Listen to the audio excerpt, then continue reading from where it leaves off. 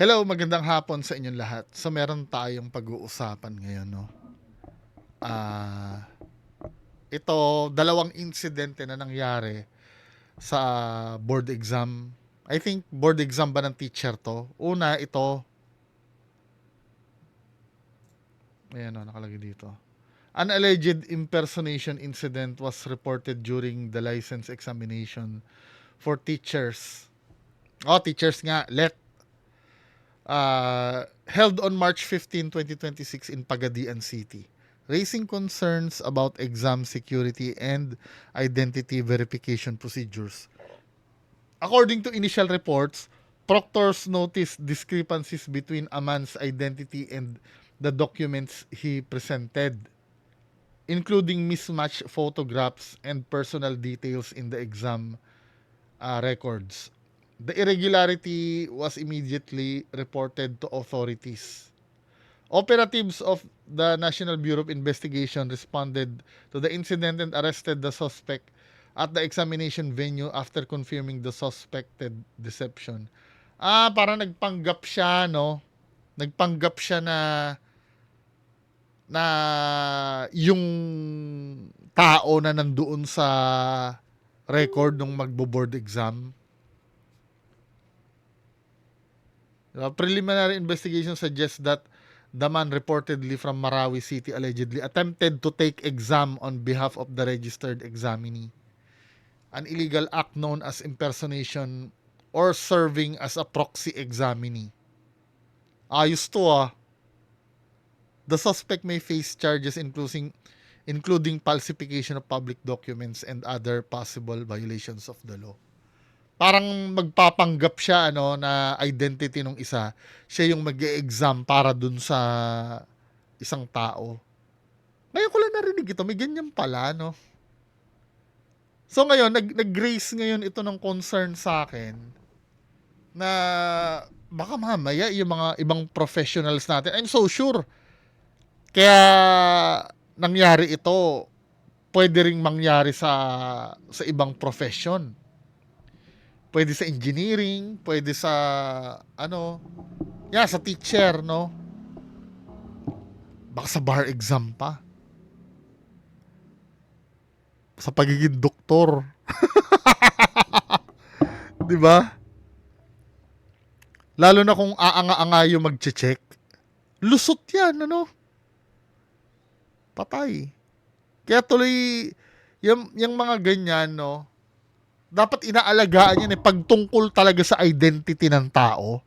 Yung pagkakaroon ng birth certificate, lalo ng passport, kasi passport yun ang iaharap mo sa ibang bansa eh. Passport, ano pa ba? Yun ang mga importante. Tin. Importante ang tin. Dapat talaga bantay sarado sila dyan eh. Masusi dapat yung niyan. Pagsusuri dyan. Kita mo yung nangyari kay Norman Mangusin, di ba? Siningit eh, no? Hindi, malaking problema yan. Kung bakit nangyayari yung mga ganyan. Ibig sabihin, halimbawa kung nakapasa yan, nakalusot, tapos hindi naman pala siya qualified pala talaga na maging teacher. Kawawa yung tuturuan yan. Hindi, pwede naman na may alam talaga siya, pero hindi siya yung nag-exam eh. Hindi siya yung na-certify na teacher eh. Dapat mabigat-bigat ang parusa nito. Basta kung ako lang ay kung ako'y congressman, boto nyo ako. Joke lang. Kung ako'y congressman, lahat ng mga may kinalaman sa pamimeke ng dokumento, ng identity, dapat malaki dapat ang parusa niyan eh. Kasi yan eh, seryosong bagay dapat yan eh. Maraming maluloko diyan. For example, no, napag-usapan namin nung live ako kahapon, nag-live ako eh. Napag-usapan namin may nagtanong kasi na yung identity daw ni FLM, 'di ba? Na-cancel yung birth certificate ni FLM. So meaning invalid yung pagiging FLM niya, siya ay Norman Mangusin. May nagtanong doon, paano yung mga anak niya? Marcos ang gamit. Kasi 'di ba may mga anak si FLM. Kawawa yung mga bata. 'Di ba? Kawawa yung mga bata. Dapat ngayon pa lang ayusin na nila 'yon. Na mangusin talaga sila. Kaya lang ang pangit nun ano, pagka ang nimo mangusin, sikat na yung mangusin sa hindi magandang paraan eh. 'Di ba? Kawawa yung mga bata na yon. At ang sabi pa sa akin nung isang lawyer na nakausap ko, kapag baka pwede pa mag-claim yan sa mga Marcos balang araw. Yung mga bata. Kaya nga 'di ba yung yung problem doon hindi lang sa papel eh. Actually madali naman yun kung ang problema sa papel eh. For example, peke yung apelyido nila. May way naman para baguhin yun eh.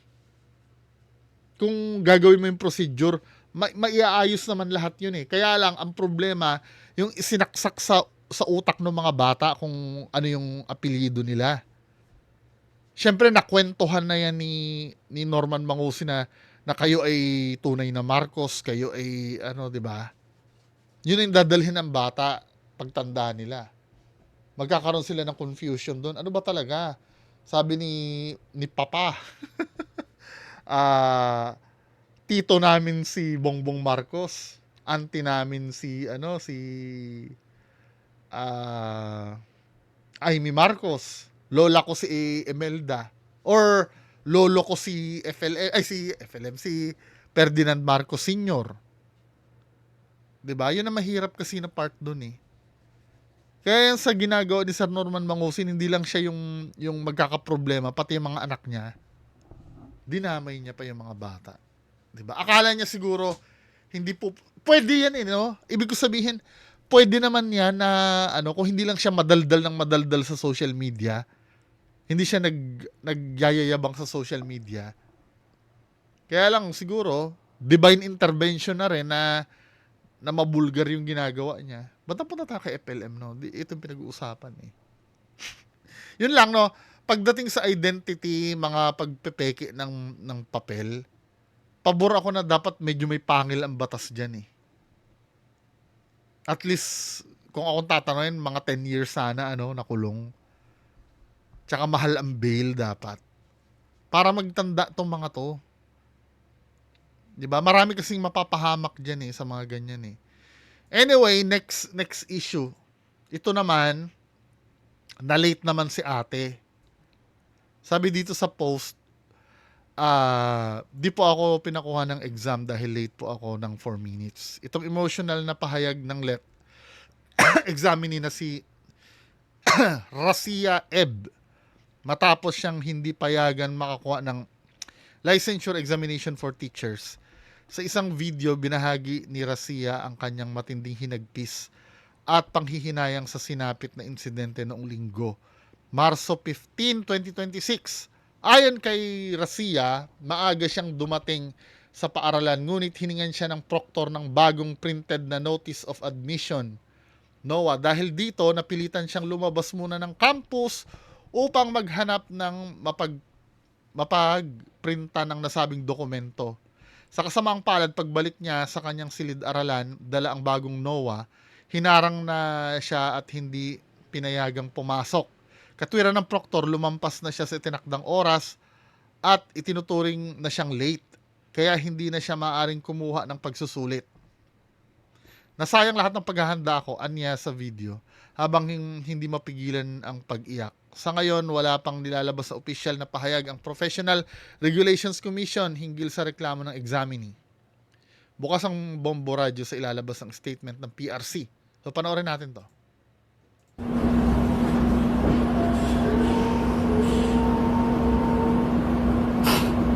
Dito po sa Coronadal, sa Marble 1, hindi po nila ako pina-exam.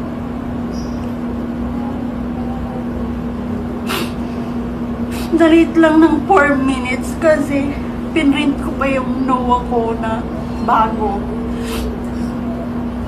Tapos hindi na po nila ako pinapasok. Kasi po, na-late daw nung before 8 daw dapat nasa loob na.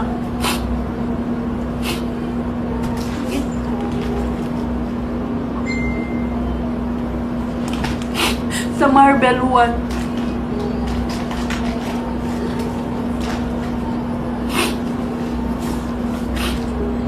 Ito yung NOAA na naipakita ko doon. 2025 pa ito. Tapos ito yung 2026 na NOAA ko. Pero hindi na nila ako pinapasok kasi late na daw ako. Ba't kasi ibang ano yung dala mo? May pangalan naman ako dun sa room. May upuan na, may set number na, lahat-lahat meron na. Pero hinanapan nila ako ng bagong print na NOAA. So, lumabas ako, nagpa-print ako ng NOAA. Pero nung pagbalik ko, hindi na nila ako pinapasok. Di ba pwede to palo yun? Late na daw ng 4 minutes. Kahit anong pagmamakaawa ko, hindi na talaga nila ako pinapasok.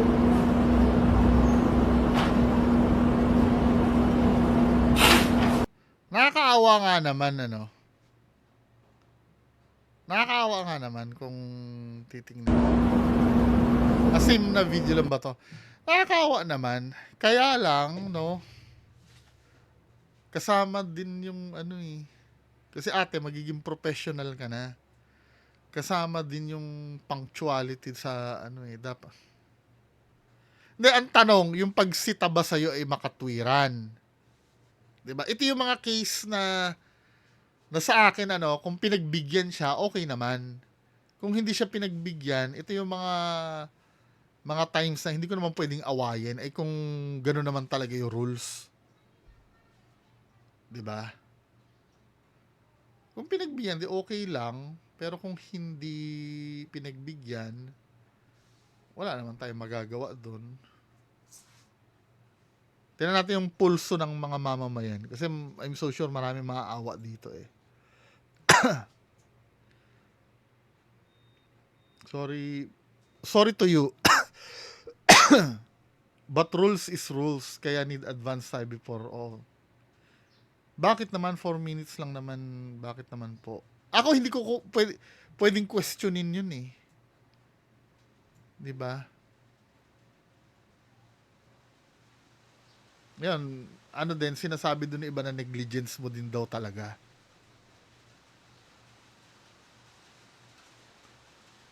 Ayan no. Eh may nahihirapan din yung ibang makisimpatya sa'yo kasi nga may kasalanan ka rin. Kung tatanungin, kung ako yung ano doon, pagbibigyan ko yan. Kaya lang, hindi ako yung nandun eh. 'Di ba? Eh, wala tayong magagawa doon. Hindi natin pwede ipagtanggol yung isang bagay na, ano, na nakasalalay sa konsiderasyon ng humarang. Kasi judgment niya na yun eh. Eh, kung ang judgment niya ay hindi, at naaayon din naman sa rules yung judgment niya na hindi na siya patuloyin, eh, wala na yung magawa doon. Para nga namang walang puso, ano.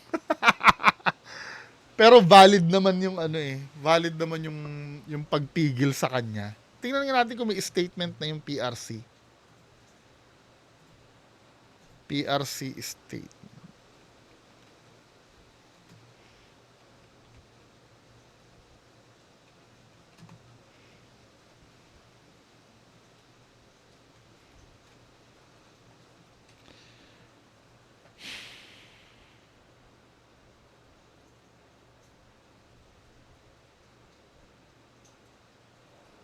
Ayan o, dito pa nga lang sa ano, dito pa nga lang sa website ng PRC, examinees must be at the testing centers before 7 a.m. Nung panahon namin, ganyan eh. Madaling araw pa lang, di ba, excited. Sabi, to accomplish the examination forms and for further instruction, late examinees are no longer admitted. Nakalagay naman dito sa rules eh. Ayan o. Pero dito sa Facebook, Board Exam PH. Ayan, do not be late, be punctual. Ayan nga oh. Oh, naalala ko, madaling araw pa nga lang noon kami. 5:30 AM daw. PRC is very strict with the time. Late examiners will not be admitted.